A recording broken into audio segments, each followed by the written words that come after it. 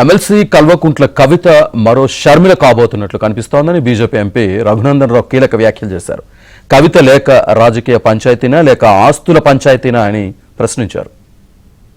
షర్మిల కాబోతుంది. తెలంగాణ రాష్ట్ర రాజకీయాల్లో కవితమ్మ మరో షర్మిల కాబోతుంది అనేటువంటి అనుమానం తెలంగాణ సమాజం నుంచి వస్తుంది.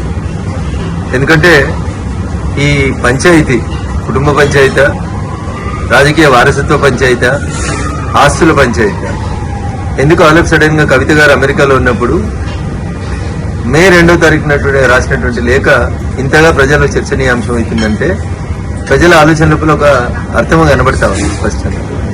టీఆర్ఎస్ పార్టీ చేసినటువంటి ప్లీనరీలో తన రాజకీయ వారసులు కేటీఆర్ అని కేసీఆర్ చెప్పకనే చెప్పిన సందర్భంలో కవిత కాంగ్రెస్ ఫోల్డ్లోకి ఏమన్నా వెళ్ళినటువంటి అవకాశం కనబడుతుందా?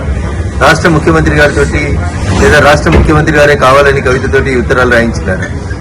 ఎందుకంటే కవిత ఉత్తరం రాసిన 2వ తారీఖు రోజే ఈ ఉత్తరం కాంగ్రెస్ పార్టీకి సంబంధించిన ఒక టీవీ ఛానల్లో ఒక పేపర్ లోపల ప్రముఖంగా కనిపించింది. ఈ పరిణామాల తర్వాత కేటీఆర్ గారు హరీష్ రావు గారి ఇంటికి వెళ్ళడం, బాబా బొమ్మరుదులు ఇద్దరు ఒకటనేటువంటి ఒక మెసేజ్ ని బయటికి పంపడం, తనను ఒంటరి చేస్తున్నారు, బయటికి పంపిస్తున్నారు అనేటువంటి ఆలోచన వచ్చిన తర్వాత కవిత తప్పనిసరి పరిస్థితులలో కాంగ్రెస్ ఫోల్డ్లోకి పోయిందేమో అనేది తెలంగాణ ప్రజల అనుమానం. ఇక భారతీయ జనతా పార్టీ గురించి, మా పార్టీ గురించి కవిత మాట్లాడడం ప్రజలలో జరుగుతుందే వాస్తవాన్నే కవిత చెప్పింది. ప్రజలలో భారతీయ జనతా పార్టీ రోజు రోజుకు బలపడుతుంది. వచ్చే ఎన్నికల తర్వాత భారతీయ జనతా పార్టీ రాష్ట్రంలో అధికారంలోకి రాబోతుంది.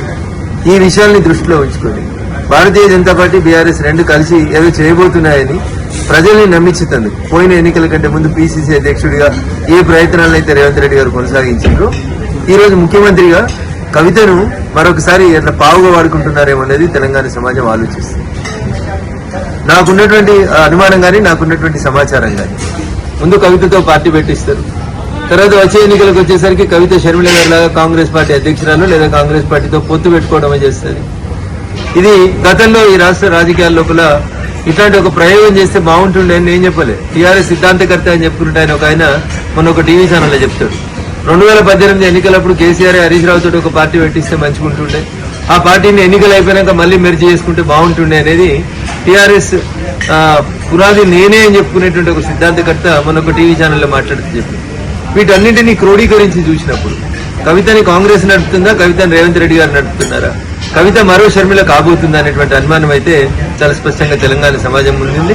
కవిత చెప్పినా, కేసీఆర్ చెప్పినా, మీడియా మిత్రులు చెప్పినా భారతీయ జనతా పార్టీ ఈ రాష్ట్రంలో బలపడుతుంది, భారతీయ జనతా పార్టీ ఈ రాష్ట్రంలో అధికారంలోకి రాబోతుంది అనేటువంటి విషయాన్ని టీఆర్ఎస్ కవితనే చెప్పకనే చెప్పినట్టు మేము భావిస్తా ఉన్నాం.